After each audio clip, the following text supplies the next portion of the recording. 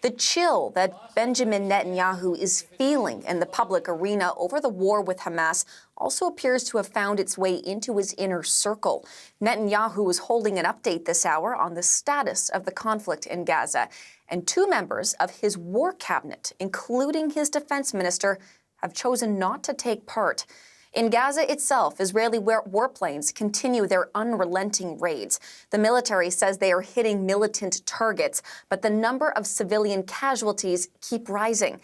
The Hamas-run health ministry says airstrikes have killed 165 Palestinians and wounded 250 more in the past day or so. In another development, a crucial aid route into Gaza has reopened.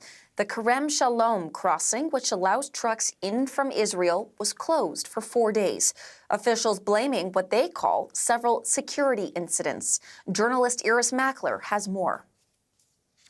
The aid situation remains dire, really, despite the fact that more aid is meant to be coming in. We heard from the United Nations that only 81 trucks entered yesterday, which is before October the 7th, 500 trucks a day roughly came in. During the last ceasefire, 200 trucks a day came in. That's the ceasefire a month ago when there was the hostage release. Now, 81 trucks is less than 20% of what people need.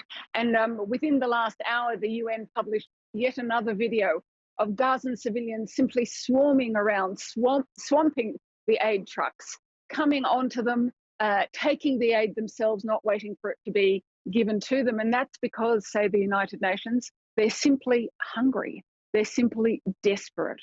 We also heard the United Nations saying this is woefully inadequate, and also criticising an incident on Thursday night, when Thursday afternoon, actually, we saw the tweet on Thursday night, when there was shooting by Israeli forces, say the United Nations, at a UN aid convoy. The trucks had delivered the aid, they were returning, and they found themselves being shot at, they say, by Israeli troops. We haven't had a response from Israel, but the United Nations officials are saying that you can't have this on top of all the other problems with delivering aid at the moment.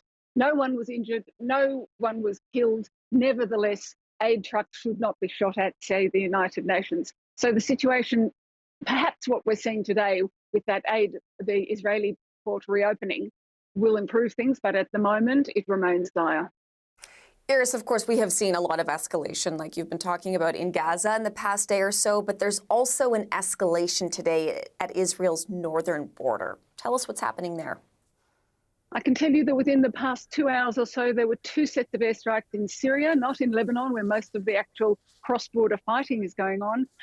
One in central Syria near a big city, Aleppo, and the other actually miles away at the border with Iraq.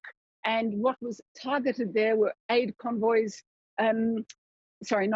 military convoys by militias linked to Iranian militias, Shia militias linked to Iran. So that's one thing that's going on in Syria. But the escalation between Israel and Lebanon continues.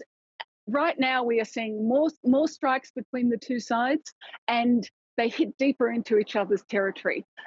Civilians and military on both sides die. Hezbollah reported 132 of its militants dead today.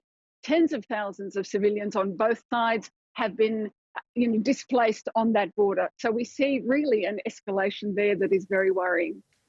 Journalist Iris Mackler for us there in Jerusalem.